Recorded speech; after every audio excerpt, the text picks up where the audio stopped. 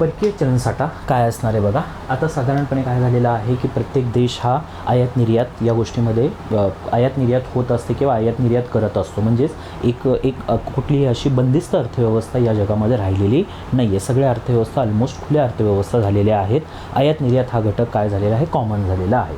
पण आता अशा वेळी जर का आयात निर्यात जर होत असेल तर त्यावेळी तुमच्याकडे विदेशी करन्सी ठेवणं मस्ट असतं किंवा विदेशी करन्सी असणं गरजेचं आहे. जर तुम्हाला पेमेंट करायचं असेल तर इतर देशांना जर पेमेंट करायचं असेल तर पेमेंट विदेशी करन्सीमध्येच करणं योग्य राहत असतं. रुपयामधून ती करन्सीच पेमेंट करणं योग्य असत नाही किंवा रुपया एक्सेप्ट होणार नाही आहे. आणि भारतीय अर्थव्यवस्था ही विकसनशील अर्थव्यवस्था आहे आणि विकसनशील अर्थव्यवस्था असल्यामुळे भारताची निर्यात तेवढ्या मोठ्या प्रमाणात नाही आहे किंवा भारतीय अर्थव्यवस्थेवरती जगातील जे देश आहेत ते देश खूप सारी जास्त अवलंबून नाही आहेत. त्यामुळे रुपया ही करन्सीला तेवढी मागणी नाही आहे. रुपया करन्सीला मागणी नसल्यामुळे कोणताही देश रुपया या करन्सीमध्ये आयात निर्यात करण्यासाठी तयार होणार नाही आहे. आत्ता सध्याला भारताचं जे काही अर्थव्यवस्थेमध्ये प्रभुत्व वाढत चाललेलं आहे तर त्या दृष्टिकोनातून काही देशांबरोबर आपण रुपयामध्ये लेनदेन करण्यासाठी आपण ॲग्रीमेंट केलेले आहेत, करार केलेले आहेत. परंतु तरीसुद्धा मोस्ट ऑफ टाईम आपल्याला फॉरेन करन्सी जसं की डॉलर असेल, तुमचं युरो असेल, तुमचं येन असेल, पाऊंड स्टर्लिंग असेल, तर अशा महत्त्वाच्या ज्या हार्ड करन्सी आहेत या हार्ड करन्सी आपल्याला ठेवाव्या लागत असतात. आणि यालाच काय बोललं जात असतं, परकीय चलनसाठा असं बोललं जात असतं, फॉरेन रिझर्व. तर हा फॉरेन रिझर्व कुणाकडे असतो तर रिझर्व्ह बँक ऑफ इंडियाकडे असतो. रिझर्व्ह बँक ऑफ इंडिया याच्यावरती काय करत असतं, नियंत्रण ठेवत असतं. हे साधारणपणे लक्षात घ्या. तर रिझर्व्ह बँक ऑफ इंडिया कोणत्या कायद्याने याच्यावरती नियंत्रण ठेवत असतं तर रिझर्व्ह बँक ऑफ इंडिया कायदा 1934चा जो कायदा आहे हा एक कायदा आणि परकीय चलन व्यवस्थापन कायदा 1999 यालाच काय बोललं जाणार आहे, फॉरेन एक्सचेंज मॅनेजमेंट ॲक्ट. ठीक आहे. परकीय चलन व्यवस्थापन कायदा 1999 जो की लागू कधी झालेला होता, 2000ला लागू झालेला होता. तर या कायद्याने काय केलं जात असतं, परकीय चलनसाठ्यावरती नियंत्रित करण्यासाठी कायदेशीर तरतुदी निश्चित केलेल्या आहेत. हे साधारणपणे इथे समजून घेणं गरजेचं असणार आहे. तर परकीय चलनसाठा जो आहे तो परकीय चलनसाठा का आवश्यक आहे आपल्याला किंवा कोणत्याही देशाला परकीय चलनसाठा ठेवणं का गरजेचं असतं हे आपण पाहूयात. देशाच्या चलनाचे मूल्य स्थिर ठेवण्यासाठी. देशाच्या चलनाचे मूल्य स्थिर असणं हे गरजेचंच असतं. ठीक आहे. अवमूल्यन जर झालं असेल तर तिथे सुद्धा आपल्यावरती निगेटिव्ह इम्पॅक्ट होत असतो आणि व्हॅल्युएशन जरी झालं, ठीक आहे, डेव्हॅल्युएशन झालं तरीसुद्धा अर्थव्यवस्थेमध्ये आपल्यासाठी घातक असतं किंवा व्हॅल्युएशन झालं तरी काही निगेटिव्ह परिणाम होत असतात. गरज कशा पद्धतीने आहे त्यानुसार आपण अर्थव्यवस्थेमध्ये आपल्या करन्सीची प्राईस मेंटेन करत असतो. तर ही स्थिर ठेवण्यासाठी आपल्याला विदेशी चलनसाठा असणं आवश्यक आहे. तर कशा पद्धतीने स्थिर ठेवत असतो तर साधारणपणे ओपन मार्केटमध्ये, आंतरराष्ट्रीय मार्केटमध्ये रुपया आणि डॉलर हे जर का दोन करन्सीचा विचार केला तर रुपया आणि डॉलरचे जे काय विनिमय दर असणार आहे तो विनिमय दर कशा पद्धतीने ठरत असतो तर मागणी पुरवठ्यानुसार ठरत असतो. ठीक आहे. म्हणजे $1 बरोबर 80 रुपये साधारणपणे ही सध्याला किंमत जर का असेल. जर डॉलरला मागणी वाढलेली असेल आणि डॉलर त्या तुलनेमध्ये अर्थव्यवस्थेमध्ये आवश्यकतेच्या प्रमाणात जर का उपलब्ध नसेल तर काय होणार आहे, ही व्हॅल्यू डॉलरची वाढणार आहे. म्हणजे $1 = 90 रुपयेसुद्धा होणार आहे. कारण की डॉलरला मागणी जास्त आहे आणि त्या प्रमाणात डॉलरचा पुरवठा असणार नाही आहे. मग अशा वेळी काय करत असते, रिझर्व्ह बँक ऑफ इंडिया इथे हस्तक्षेप करत असते. हस्तक्षेप करत असते म्हणजे काय की रिझर्व्ह बँक ऑफ इंडिया स्वतःकडे जो काही रिझर्व्ह आहे तो रिझर्व्ह परकीय चलनाचा जो रिझर्व्ह आहे डॉलरच्या रूपामध्ये ठेवलेला असेल तो आंतरराष्ट्रीय मार्केटमध्ये उतरवत असते आणि तो उतरवून काय करत असते तर $= रुपया हे जे काही इम्बॅलन्स झालेलं आहे किंवा रुपयाचं हे अवमूल्यन झालेलं आहे ते अवमूल्यन भरून काढण्याचा प्रयत्न करत असते आणि देशाच्या चलनाचे मूल्य जे आहे ते स्थिर ठेवण्याचा प्रयत्न करत असते. हे साधारणपणे इथे लक्षात घेणं गरजेचं असणार आहे. तर यासाठी एक आवश्यकता आहे विदेशी चलनसाठ्याची. दुसरं आहे बाजारामध्ये आणि विदेशी गुंतवणूकदारांमध्ये अर्थव्यवस्थेबद्दल विश्वास निर्माण करणं. तुमच्याकडे फॉरेन रिझर्व्ह जर का पुरेशा प्रमाणात असेल तर त्यामुळे तुमचा व्यापार जो आहे तो व्यापार सुरळीत चालणार आहे. तुमची करन्सी जी आहे ती करन्सी मजबूत राहण्यासाठी फायदा होणार आहे. ती करन्सी स्थिर राहणार आहे. करन्सीचं मूल्य आंतरराष्ट्रीय बाजारामध्ये कमी जास्त होणार नाही आहे. त्यामुळे गुंतवणूकदार जे आहेत ते गुंतवणूकदारांचा अर्थव्यवस्थेवरचा विश्वास वाढणार आहे. बेसिकली अर्थव्यवस्थेवरचा गुंतवणूकदारांचा विश्वास हा राजकीय, आर्थिक, सामाजिक दृष्टिकोनातून जेव्हा तो देश स्टेबल असतो किंवा स्थिर असतो अशावेळी गुंतवणूकदार त्या देशामध्ये गुंतवणूक करण्यासाठी पुढे येत असतात. आणि भारतीय अर्थव्यवस्थेच्या बाबतीत जर का विचार केला तर भारतीय अर्थव्यवस्थेला गुंतवणूक ही गरजेची आहे. त्यामुळेच आपण फॉरेन डायरेक्ट इन्व्हेस्टमेंटवरती जास्त भर देत असतो, कारण की ती गुंतवणूक आपल्याला विदेशी चलन मिळवून देण्यासाठी फायदेशीर राहते.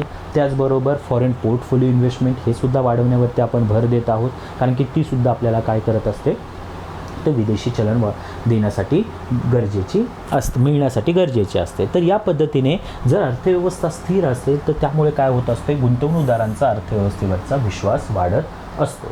ठीक आहे.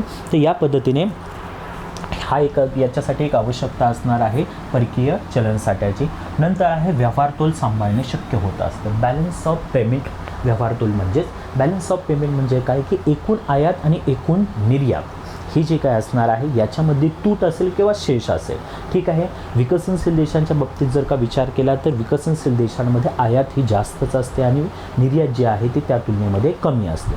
जर आयात जास्त असेल आणि निर्यात जर का कमी असेल तर याचा अर्थ आपल्याला जास्त देणी असणार आहेत त्या तुलनेमध्ये एनी जी जमा जी असणार आहे ती कमी असणार आहे. आणि जर का देणी जर का जास्त असतील आपली तर देणी ही आपल्याला कशामध्ये करायची आहे तर विदेशी चलनामध्येच द्यावी लागणार आहेत. आणि हे पेमेंट करण्यासाठी, देणी देण्यासाठी आपल्याला विदेशी चलन असणं आवश्यक आहे.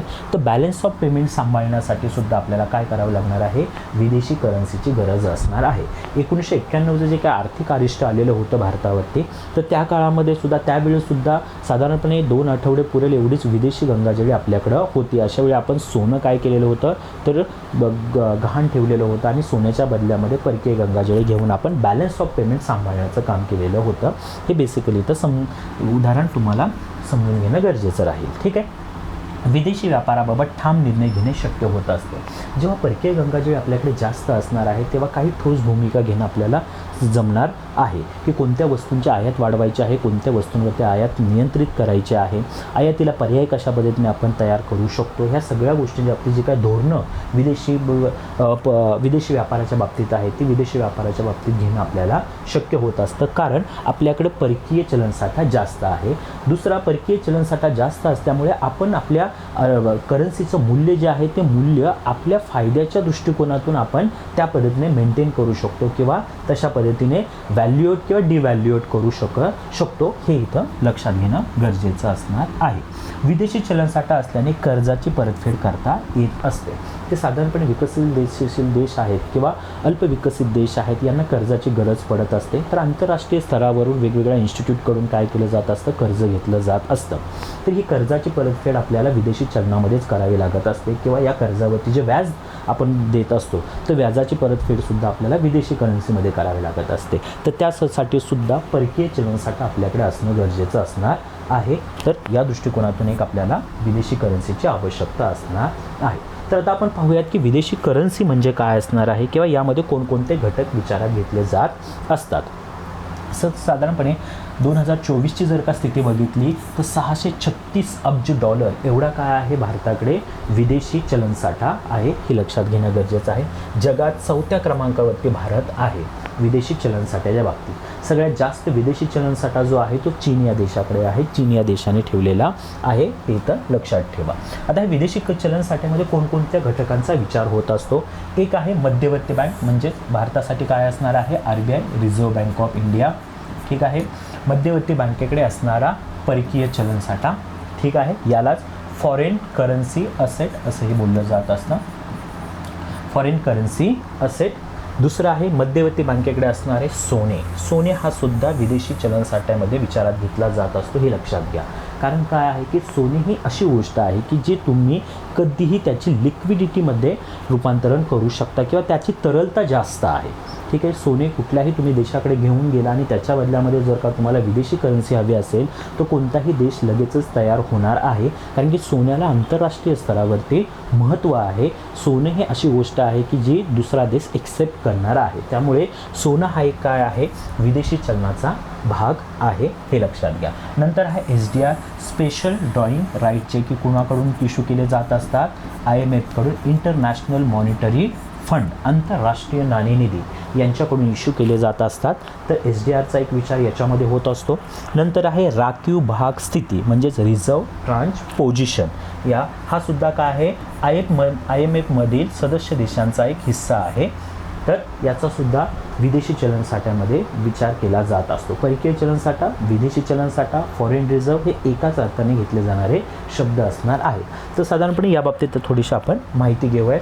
पहिला आहे मध्यवर्ती बँकेकडे असणारा परकीय चलन साठा, फॉरेन करन्सी असेट. यामध्ये कोणकोणत्या गोष्टीचा विचार होत असतो हे पहा. तर फॉरेन करन्सी असेट म्हटलं की आपल्या डोळ्यासमोर एकच येऊ शकतं की काय आहे की हा रिझर्व्ह बँकेकडे जो काही साठा ठेवलेला असेल, विदेशी नोटा ज्या ठेवलेल्या असतील तर तेवढ्यांचाच विचार होत असतो का, तर तसं नाही आहे. तर त्याचा विचार तर होणारच आहे, परंतु त्याचबरोबर आणखी कोणत्या असणार आहे. पहिलं तर विदेशी चलन, जे वेगवेगळ्या रूपामध्ये रिझर्व्ह बँकेने स्टोअर करून ठेवलेलं असतं, रिझर्व्ह करून ठेवलेलं असतं. विदेशी ट्रेझरी बिल्स, ज्या पद्धतीने आपलं भारत सरकार काय करत असतं, जेव्हा कधी पैशाची गरज असते अल्पकालावधीसाठीची, तेव्हा ट्रेझरी बिल्स इश्यू करत असतं. मग हे ट्रेझरी बिल्स काय करत असतं, रिझर्व्ह बँक ऑफ इंडिया खरेदी करत असतं आणि त्याच्या बदल्यामध्ये सरकारला मदत करत असतं किंवा सरकारला पैसे देत असतं. तर हे ट्रेझरी बिल्स जे आहे, ते ट्रेझरी बिल्स विदेशामध्ये सुद्धा विदेशी गव्हर्नमेंट काय करत असतात, इश्यू करत असतात. तर ते खरेदी करण्याचं काम मध्यवर्ती बँक आपली त्या भारताची बाबा रिझर्व्ह बँक ऑफ इंडिया, तर भारताची रिझर्व्ह बँक ऑफ इंडिया काय करणार आहे, ते विदेशी ट्रेझरी बिल्स खरेदी करणार आहे किंवा त्याच्यामध्ये गुंतवणूक करून ठेवणार आहे, हे लक्षात घ्या. विदेशी बँक ठेवी, ज्या विदेशी बँक ठेवी असणार आहेत त्याचा सुद्धा याच्यामध्ये विचार होणार आहे. विदेशी सरकारच्या सिक्युरिटीज, बॉन्ड जे इश्यू करणार आहे, लॉंग टर्मसाठी जे काही बॉन्ड्स असतील विदेशी सरकारांनी इश्यू केलेले, तर हे सुद्धा रिझर्व्ह बँक ऑफ इंडिया काय करत असते, खरेदी करून ठेवत असते. कारण की अर्थव्यवस्थेमध्ये स्थिरता राखण्यासाठी या गोष्टींची गरज लागत असते किंवा या गोष्टी फायदेशीर किंवा या व्यवहारातून सरकार, रिझर्व्ह बँक ऑफ इंडिया काय करत असतं, काही फायदा कमवत असतं. ठीक आहे. याचा फायदा रिझर्व्ह बँक ऑफ इंडियाला झाल्यानंतर रिझर्व्ह बँक ऑफ इंडिया हा फायदा लाभांश रूपामध्ये कुणाला ट्रान्सफर करत असते, तर भारत सरकारकडे ट्रान्सफर करत असते. परंतु ही जी व्हॅल्यू आहे ती व्हॅल्यू कशी असते, फ्लक्च्युएट होणारी आहे. ही फिक्स इन्कम नाही आहे की हां एवढी अमाऊंट या वर्षाच्या एंडिंगला येणारच आहे. ही सगळे फायदा कशावरती डिपेंड असणार आहे की त्या विदेशी मार्केटमध्ये ट्रेझरी बिल्स असेल, सिक्युरिटीज असतील, यांच्या प्राईस कशा पद्धतीने कमी जास्त झालेल्या असणार आहेत, याच्यावरती या सगळ्या गोष्टी ठरणार आहेत, हे लक्षात घ्या. एकूण परकीय चलन साठ्यामधील सर्वात जास्त हिस्सेदारी असणारा हा भाग आहे. कोणता भाग आहे, तर फॉरेन करन्सी असेट हा काय असणार आहे, तर एकूण जे काही चलन साठा आहे, जो काय आपला फॉरेन रिझर्व्ह आहे, त्या फॉरेन रिझर्व्हमध्ये सगळ्यात जास्त हिस्सेदारी असणारा हा घटक असणार आहे किंवा हा घटक असतो, हे लक्षात घ्या बेसिकली. ठीक आहे. नंतर आहे मध्यवर्ती बँकेतील सोने. सोने हा सुद्धा आहे विदेशी चलनाचा भाग असणारा, हे लक्षात घ्या. आणि प्रत्येक देश आज काय करत असतात, तर सोने हे रिझर्व्ह ठेवत असतं किंवा सोन्याच्या रूपामध्ये साठा करून ठेवत असतं. का ठेवत असतं, कारण की सोन्याला आंतरराष्ट्रीय स्तरावरती व्हॅल्यू आहे. सोने जर का तुम्ही एखाद्या देशाकडे घेऊन गेला तर त्याला तुम्ही विदेशी चलनामध्ये कन्वर्ट करून घेऊ शकत असता. यासाठी सोन्याचा साठा हा प्रत्येक देश मेंटेन करत असतो. भारताच्या बाबतीत बघितलं तर साधारणपणे 800 टनाच्या आसपास काय आहे, भारताकडे गोल्ड रिझर्व्ह आहे, हे लक्षात घ्या. जागतिक स्तरावरती 9व्या क्रमांकावरती भारत आहे. सगळ्यात जास्त सोन्याचा साठा कोणाकडे आहे, अमेरिकेकडे जवळजवळ 8000 टन एवढा आहे. ठीक आहे. त्याच्यानंतर जर्मनी, इटली आणि फ्रान्स यांचा क्रमांक लागत असतो. भारत हा 9व्या क्रमांकावरती आहे. सोन्यामध्ये काय असणार आहे, स्थिर आणि विश्वासजन्य मूल्य असणार आहे. सोने हे स्थिर असत असतं. ठीक आहे. किंवा सोन्याची व्हॅल्यू जनरली तुम्ही मार्केटमध्ये आत्तासुद्धा बघितलं तर सोन्याची व्हॅल्यू जी काय आहे ती वाढतच चाललेली आहे. भारतीय लोक जास्त सोन्यामध्ये गुंतवणूक करण्यासाठी प्रेफर करतात. कशासाठी करतात, कारण की सोन्याची व्हॅल्यू जी आहे ती व्हॅल्यू सतत काय होत असते, वाढतीच असते. प्लस सोन्यामध्ये केलेली इन्व्हेस्टमेंट ही आपली नुकसानीमध्ये जाणार नाही, हा एक विश्वास असतो तिथं लोकांचा. आणि त्यामुळे सोनं हे काय आहे, स्थिर आणि विश्वासजन्य मूल्य देणारा एक साठा असतो आणि त्यामुळे कोणताही देश त्याचा एक रिझर्व्ह करत असतो. RBI बाजारात आणलेल्या चलनाला आधार तयार होतो. ठीक आहे. RBIने जो काय बाजारात चलन आणलेलं आहे, जे काही नोटा आणलेल्या असतात, ओके, 100 रुपये, 500 रुपये, 2000 रुपयेच्या नोटा आता बंद झालेल्या आहेत प्रिंटिंग. पण ज्या काही नोटा मार्केटमध्ये आणलेल्या असतात तर याला आधार काय असतो तर हा सोन्याचा असतो, हे लक्षात घ्या. ठीक आहे, कारण की साधारणपणे जे काही नोटा मार्केटमध्ये आणलेल्या असतात तर ते एक प्रकारे ती प्रॉमिसरी नोट असते. ठीक आहे, RBIने जे प्रॉमिस केलेलं असतं की एवढे रुपयाचे 100 रुपयाची वस्तू तुम्ही या नोटेच्या मार्फत, 100 रुपयाची नोट जर असेल तर त्या 100 रुपये नोटेतून तुम्ही 100 रुपयाची वस्तू खरेदी करू शकता. का हा विश्वास आहे त्या 100 रुपयाच्या नोटेवरती पुढचा व्यापाऱ्याचा आणि लोकांचा सुद्धा? कारण की त्याला आधार कुणाचा आहे तर रिझर्व्ह बँक ऑफ इंडियाचा आहे. रिझर्व्ह बँक ऑफ इंडियाचा आधार कुठल्या बेसवरती आहे तर हे जे काय साठा करून ठेवलेला आहे सोन्याच्या रूपामध्ये असेल किंवा सरकारचा राजकोष जो आहे तो राजकोषाचा आधार याला असणार आहे. तर यामुळे या नोटा ज्या आहेत त्या मार्केटमध्ये विश्वासग्राह्य असतात, हे लक्षात घ्या. तर मध्यवर्ती बँकेतील सोने हा सुद्धा एक परकीय चलनाचा भाग असणार आहे, हे साधारणपणे लक्षात ठेवा. नंतर आहे स्पेशल ड्रॉइंग राईट्स, याला कागदी सोनं असंही बोललं. कागदी सोनं हे काय केलेलं आहे, टर्म वापरलेली आहे की कागदी सोनं, असं की सोन्याला मगाशी जर सांगितलं की भाव असतो त्याचा भाव कधी कमी होत नाही आहेत किंवा व्हॅल्यू नेहमी राहतेच, या पद्धतीने हे एक प्रकारचे कागदी सोनं असणार आहे. आंतरराष्ट्रीय नाणेनिधीच्या एकूण भांडवलातील सदस्य देशांचा वाटा जो SDR, जो कशामध्ये SDR, इथं SDR आहे, SDR स्वरूपात व्यक्त केला जात असतो. तर इथं काय होत असतं सर्वप्रथम लक्षात घ्या की इंटरनॅशनल मॉनिटरी फंड जेव्हा स्थापन झालेला होता तेव्हा सदस्य जे इंटरनॅशनल मॉनिटरी फंडचे सदस्य देश होते तर त्या देशांनी प्रत्येकाने आपापल्या परीने काय आहे सदस्यत्व फी म्हणून काय केलेले आहे, एक रक्कम जमा केलेली आहे, एक भांडवल तिथे काय केलेलं आहे ठेवलेलं होतं. तर हे जे गुंतवणूक केलेलं जे काय भांडवल होतं, गुंतवणूक म्हणू शकत नाही परंतु एक सदस्य झाल्यामुळे तिथे काय केलेलं आहे, हिस्सेदारी दिलेली आहे. तर या हिस्सेदारीच्या बदल्यात reserve bank of international monetary fund यांनी काय केलेलं आहे तर त्या देशांना SDRच्या रूपामध्ये काही व्हॅल्युएशन दिलेलं आहे. SDR ही करन्सी नाही, हे एक तर लक्षात ठेवा. SDR म्हणजे काय असणार आहे की तुम्ही ते SDR स्पेशल ड्रॉइंग राईट्स, हे राईट्स जे आहेत हे राईट्स तुम्ही याच्यासाठी वापरू शकता जर तुम्हाला विदेशी चलनाची गरज असेल तर ते विदेशी चलन खरेदी करण्यासाठी तुम्ही या SDRचा वापर करू शकता. आणि हे SDR तुम्हाला जे इश्यू केले जाणार आहेत, ठीक आहे, स्पेशल ड्रॉइंग राईट्स जे आहेत तर ते जे इश्यू केले जाणार आहेत ते कोणत्या बेसवरती असणार आहे तर तुमची IMFमध्ये असणारी हिस्सेदारी, जे भांडवल आहे, ठीक आहे, IMFमध्ये असणारं भांडवल आहे, या भांडवलाच्या बेसवरती काय होणार आहे ते तुम्हाला दिले जाणार आहे. म्हणजेच एक प्रकारे हे काय आहे, राखीव मालमत्ता असल्यासारखं आहे, रिझर्व्ह असेट असल्यासारखं आहे की जी असेट तुम्ही कधीही विदेशी चलनामध्ये कन्वर्ट करण्यासाठी वापरू शकता. म्हणजे जर का भारताला जर का विदेशी चलनाची आवश्यकता असेल तर भारत काय करणार आहे, समजा डॉलर जर का आवश्यकता असेल तर भारत अमेरिकेकडे जाईल, अमेरिकेला SDR विकणार आहे, अमेरिका ते SDR खरेदी करणार आहे, त्याच्या बदल्यामध्ये भारताला डॉलर इश्यू करणार आहे. म्हणजे बेसिकली अशा पद्धतीने ट्रान्झॅक्शन लक्षात ठेवा. मग याच्यामध्ये झालं काय की भारताकडून SDR जे आहेत ते कमी झालेले आहेत आणि ते SDR कुणाकडे गेलेले आहेत किंवा कुणाच्या अकाउंटला सरप्लस झालेले आहेत तर जास्तीचे आहेत तर अमेरिकेच्या अकाउंटला झालेले आहेत. मग अमेरिकेला हे जे काही जास्तीचे SDR आलेले आहेत याच्यावरती इंटरेस्ट मिळत असतो, प्लस भारताचे SDR कमी झालेले आहेत तर भारताला त्याच्यावरती इंटरेस्ट पेमेंट करावं लागत असतं, हे लक्षात घ्या. तर या पद्धतीने हे ट्रान्झॅक्शन होत असतात. म्हणजे SDRचा वापर तुम्ही विदेशी चलन खरेदी करण्यासाठी वापरत असतात. त्यामुळे SDR हे एक प्रकारे डायरेक्टली काय आहे तर इनडायरेक्टली विदेशी चलन असल्यासारखंच आहे, हे इथे लक्षात घ्या. ठीक आहे, अधिकृत भांडवलाच्या साठ्याला पूरक म्हणून तयार केला गेलेला आहे. भारताची जर का स्थिती बघितलं तर भारताचे SDR किती आहेत तर 2.75% एवढे SDR काय केले आहेत इंटरनॅशनल मॉनिटरी फंडने इश्यू केलेले आहेत, हे इथे लक्षात घ्या. सर्वाधिक हिस्सेदारी अमेरिकेची आहे, अमेरिकेचे SDRमध्ये सर्वाधिक, आणि हे असणारच आहे की IMFमध्ये ज्या देशाची हिस्सेदारी जास्त असणार आहे त्या देशाकडे SDR सुद्धा जास्त असणार आहेत, हे बेसिकली असणार आहे. ज्यांचे कमी असणार आहेत त्यांना SDR कमी इश्यू केले जाणार आहेत. त्यामुळे अमेरिकेचा सर्वात जास्त हिस्सेदारी SDRमध्ये सुद्धा आहे. आता हे SDRची किंमत जी आहे ती कशा पद्धतीने ठरत असते तर SDRची किंमत हे चलनाचं एक बास्केट केलेलं आहे आणि या चलनाच्या बास्केटवरून SDRची किंमत ठरवली जात असते. बेसिकली हे चलनाच्या बास्केटमध्ये कोणते घटक आहेत, एक अमेरिकी डॉलर, युरो आहे, चीनचा रेनमिनबी किंवा युआन यालाच बोललं जात असतं, जापनीज येन किंवा पाऊंड आणि स्टर्लिंग. ठीक आहे, या 5 करन्सीचा विचार SDRची व्हॅल्यू काढण्यासाठी केला जात असतो. तर साधारणपणे याच का 5 करन्सी, तर या बास्केटमध्ये येण्यासाठी एक बेसिक क्रायटेरिया हे ठेवलेला गेलेला आहे की ज्या करन्सीचा किंवा ज्या देशाचा एक्सपोर्ट सगळ्यात जास्त आहे, की ज्या देशांची निर्यात जी आहे ती सर्वात जास्त आहे आणि जी करन्सी इझिली अवेलेबल होणार आहे अशा करन्सीचा विचार याच्यामध्ये केला गेलेला आहे. आणि ह्या करन्सी तुम्ही बघितलं तर निर्यातीमध्ये खूप मोठी हिस्सेदारी असणारे असे करन्सी आहे किंवा हे देश आहेत.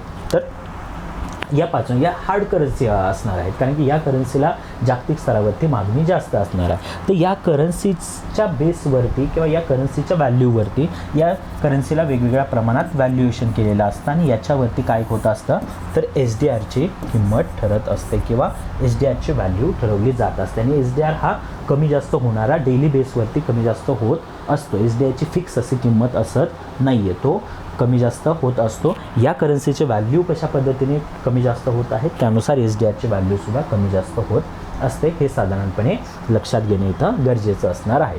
तर हा स्पेशल ड्रॉईंग राईट्स जो आहे तर हा सुद्धा विदेशी चलनाचा साठा असतो भारतासाठी, हे लक्षात घ्या.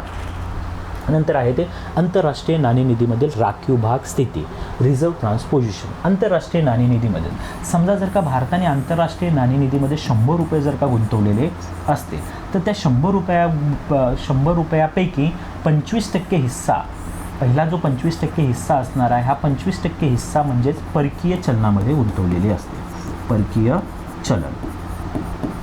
तर हे जे आहे हे भारताला जेव्हा कधी आवश्यकता असेल तेव्हा अमेरिकेकडून तो काय करू शकतो, इश्यू करू शकतो किंवा घेऊ शकतो. आणि त्यासाठी IMF सुद्धा कोणत्याही अटी किंवा कोणत्याही इंटरेस्ट रेट वगैरे चार्ज करत नाही.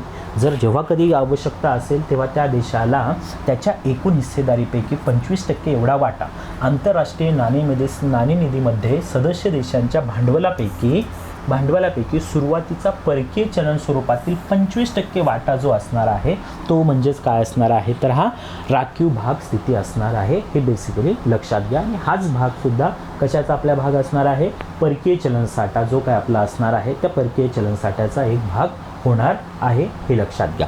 25%च्या पुढे जर का कर्ज घ्यायचं असेल किंवा जर का IMF मधून जर का उचल घ्यायची असेल तर तिथे मग IMF काय करणार आहे, काही अटी टाकणार आहे किंवा त्याच्यावरती इंटरेस्ट चार्ज करणार आहे. पण याच्यासाठी कोणत्या प्रकारच्या अटी टाकल्या जात नाही, तुम्ही कधीही ते घेऊ शकता. म्हणजे याची लिक्विडिटी कशी आहे, जास्त आहे. SDR असेल, गोल्ड असेल किंवा हा रिझर्व्ह ट्रान्सपोजिशन असेल तर यांची लिक्विडिटी हाय आहे. तुम्ही कधीही याला विदेशी करन्सीमध्ये कन्वर्ट करू शकता किंवा हे एक प्रकारे परकीय चलन असल्यासारखंच आहे. तर साधारणपणे या 4 घटकांचा विचार जो आहे परकीय चलन साठ्यामध्ये होत असतो, हे साधारणपणे इथे लक्षात घेणं गरजेचं असणार आहे. विदेशी चलनसाठा वाढल्याने होणारे तोटे. आता आपण बघत असतो की विदेशी चलनसाठा असणं हे गरजेचं आहे. विकसनशील देशांसाठी तर गरजेचंच असतं, कारण की विकसनशील देशांची आयात जास्त आणि निर्यात कमी असते. आयात जास्त असल्यामुळे पेमेंट करण्यासाठी, देणी देण्यासाठी परकीय करन्सी असणं गरजेचं आहे. परंतु याचे काही नुकसानसुद्धा आहेत. ते नुकसान कशा पद्धतीने आहेत हे आपण पाहूयात.